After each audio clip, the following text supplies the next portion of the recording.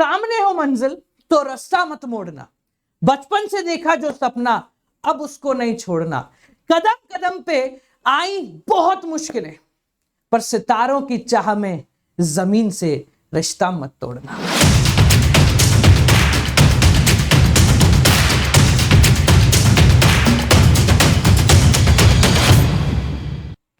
Hi guys, welcome back to another video of Commerce Champion. आखिरी 3 दिन बचे हैं आपके अपने सपने को जीने के लिए।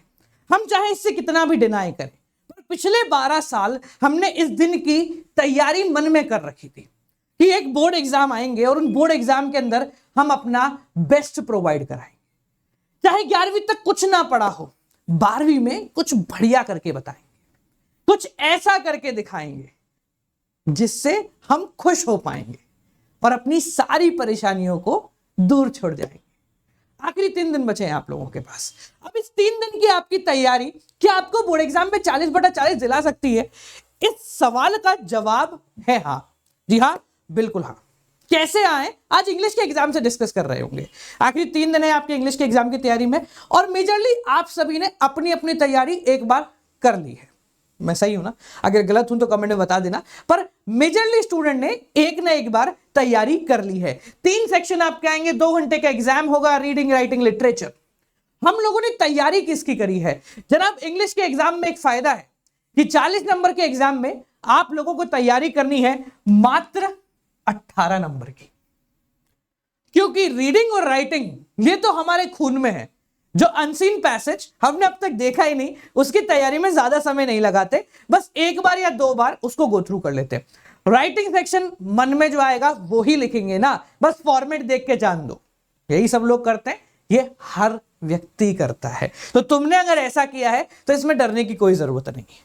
आखिरी के 3 दिन तुम्हारे सामने हैं और मुझे पूरा भरोसा है कि आपने एक ना एक बार चैप्टर की समरी को गो थ्रू कर लिया हो, चाहे YouTube पे किया हो, चाहे वन शॉट पे किया हो, या किसी भी और तरीके से किया हो।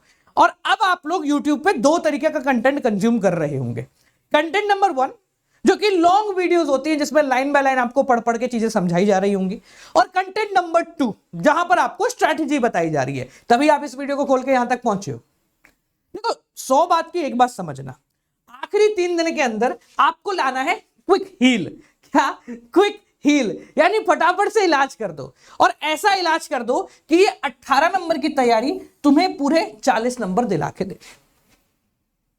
आखिरी 3 दिन सबसे पहला काम जो तुम लोगों को करना है वो ये है कि राइटिंग सेक्शन के सारे फॉर्मेट्स को 1-2 बार ही देख लो।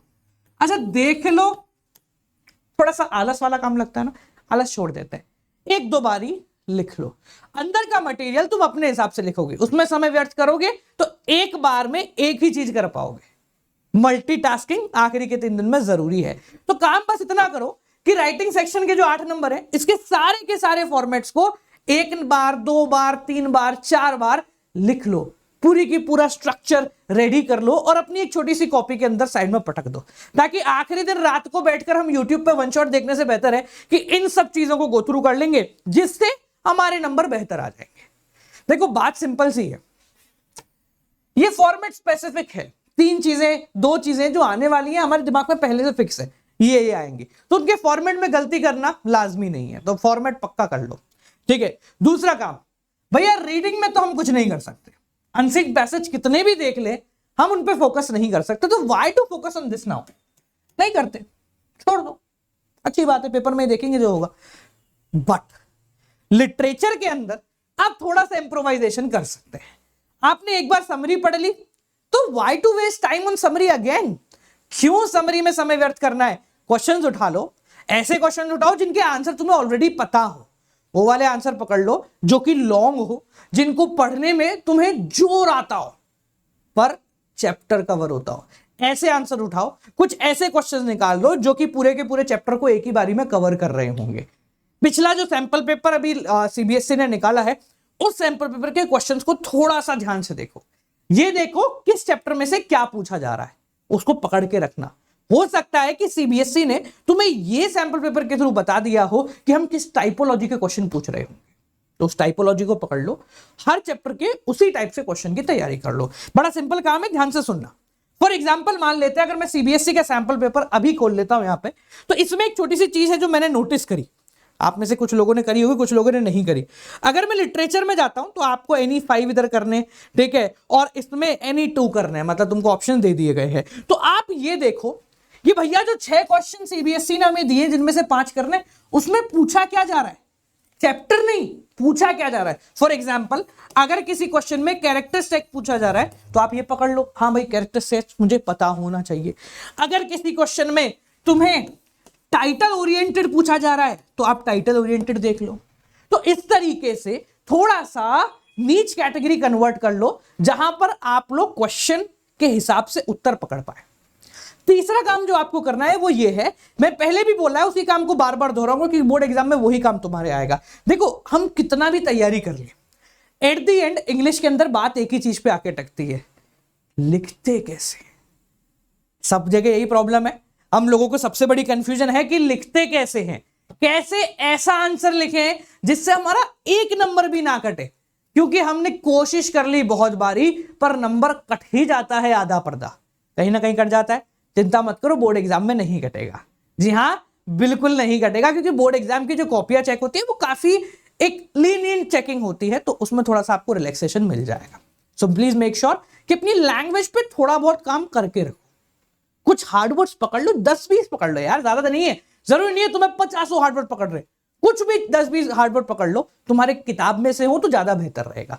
उससे क्या होगा कि तुम उनको अपने इन 5-6 आंसर्स के अंदर डाल ही सकते हो, साथ साथ में रीडिंग के अंदर भी पोस्ट ऑन कर सकते हो, साथ साथ में राइटिंग के अंदर भी पोस्ट ऑन कर सकते हो। तो तुम्हारे पास 20 शब्द होंगे जो तुम कहीं ना कहीं इनमें छोड़ दोगे थोड़े थोड़े, जो कहीं ना कहीं आपके नंबर को बढ़ा देंगे। जो व्यक्ति तुम्हारी कॉपी चेक करने वाला है ना, उसको नहीं पता है कि तुम टॉपर हो या फिर कुछ नहीं आता, वो सिर्फ तुम्हारी कॉपी, उसमें लिखने का तरीका और तुम्हारी प्रेजेंटेशन स्किल्स, बस इनसे ही पता लगाएगा कि आप कैसे स्टूडेंट रहे होंगे। तो उसको धोखा दो, जी हां, उसको भ्रम में डाल दो, उसको ऐसे भ्रम में डालो कि भैया मैं तो टॉपर हूं, तू कहां सोच रहा नंबर काटने की, मेरे तो पूरे मार्क्स आते हैं। ऐसा भ्रम पैदा करो अपनी कॉपी के थ्रू। और वो भ्रम कैसे पैदा होता है, एक छोटी सी टिप देता हूं, इधर आ जाओ चुपचाप। आपकी कक्षा की वो महिला जो इंग्लिश की नॉवल पढ़ती हो, सारी क्लासों में एक ना एक मिल जाएगी ऐसी जो इंग्लिश की नॉवल ही पढ़ती रहती है, उसकी कॉपी उठा लो, उसके आंसर्स देखो। तुम्हें उन आंसर से देख के डरने की जरूरत नहीं है, पर तुम्हें उन आंसर से लिखने का तरीका मिल जाएगा। तो कॉपी उसकी उठाना, काम बहुत है, ठीक है। अब तुम्हारी उससे लड़ाई है या दोस्ती है वो तुम जानो, पर काम बढ़िया हो। इंग्लिश के अंदर लिखने के नंबर होते हैं और लिखते कैसे हैं ये उससे बेहतर कोई नहीं जानता होगा, ठीक है। So try to use these skills अगर तुम्हें इंग्लिश में पूरे के पूरे नंबर लेकर आने हैं। इन डिटेल चैप्टर में क्या आएगा, कौन सा इंपॉर्टेंट है कौन सा नहीं है, ये तुम्हें नहीं पता, ये हमें नहीं पता, ये शायद इंग्लिश के टीचरों को पता होगा और आप उनकी वीडियोस देख रहे होंगे। हम कॉमर्स के बनते हैं, हर चीज में अपना काम निकालना जानते। Think like a commerce student, use your brain, क्योंकि तुम्हारे पास मात्र 3 दिन है अपनी स्किल्स को इंप्रोवाइज करने का। एक बहुत पुरानी कहानी है, 2 लकड़हारे पेड़ काटने चल दिए जंगल में, दोनों के पास सेम कुल्हाड़ी, एक इस तरफ दूसरा इस तरफ, दोनों काटने में लगे हुए। पहला लकड़हारा सोचा इससे तो मुझे जीतना है, तो वो लगातार सुबह शाम दिन रात काटता गया। दूसरा लकड़हारा जीतने तो आया था पर थोड़ा सा समझदार था, तो उसने ब्रेक लिया, खाना खाया, पानी पिया, आधे घंटे लेट भी लिया। जब शाम को दोनों वापस गए तो पता चला कि जो लकड़हारा आराम कर रहा था वो जीत गया, उसने ज्यादा लकड़ियां काटी। अब सामने वाले के पास कोई लॉजिक नहीं था, तो उसने बोला अच्छा तूने ताकत इकट्ठी करी होगी खाना खा के। उसने कहा नहीं भाई, ताकत से ज्यादा फर्क नहीं पड़ता। तो सामने वाला कंफ्यूज, फिर तू कैसे जीता? तो उसने एक बहुत छोटी सी बात कही, जब तू बार बार उसी कुल्हाड़ी से लकड़ी पे प्रहार कर रहा है तो हर प्रहार से लकड़ी तो टूट रही है पर तेरी कुल्हाड़ी की धार भी कमजोर हो रही है। कमजोर धार वाली कुल्हाड़ी से बार बार मारोगे, रिजल्ट आएगा पर 10 बारी में आएगा। और सामने वाले व्यक्ति ने बोले मैं बड़ा आसान काम कर रहा था, मैं पेड़ काटता जैसे ही मुझे लगता कि मेरी कुल्हाड़ी की धार कमजोर हो गई, मैं आराम से बैठ जाता और अपने कुल्हाड़ी की धार को मजबूत करता। जैसे ही वो मजबूत होती वापस दिखाता, तेरे 10 मेरा 1।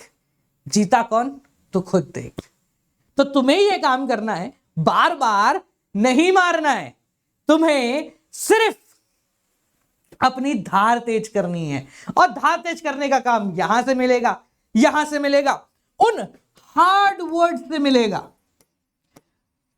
जो तुम्हारे बहुत काम के हैं। बात छोटी सी है पर काम आती है। हमने अप्लाई करी है और 95 मार्क्स लेकर आए, और हजारों बच्चे कई सालों से अप्लाई कर रहे हैं और पूरे पूरे नंबर लेकर आ रहे हैं।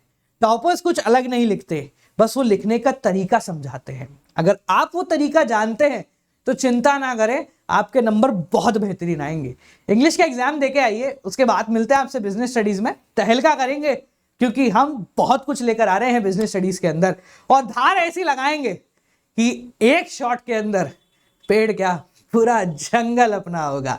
चलिए तो मिलते हैं आप लोगों से अगली वीडियो के साथ। इंग्लिश के एग्जाम की तैयारी करो, इन पॉइंटर्स को ध्यान रखिए। Till then guys keep on watching, good night, bye bye, नमस्कार।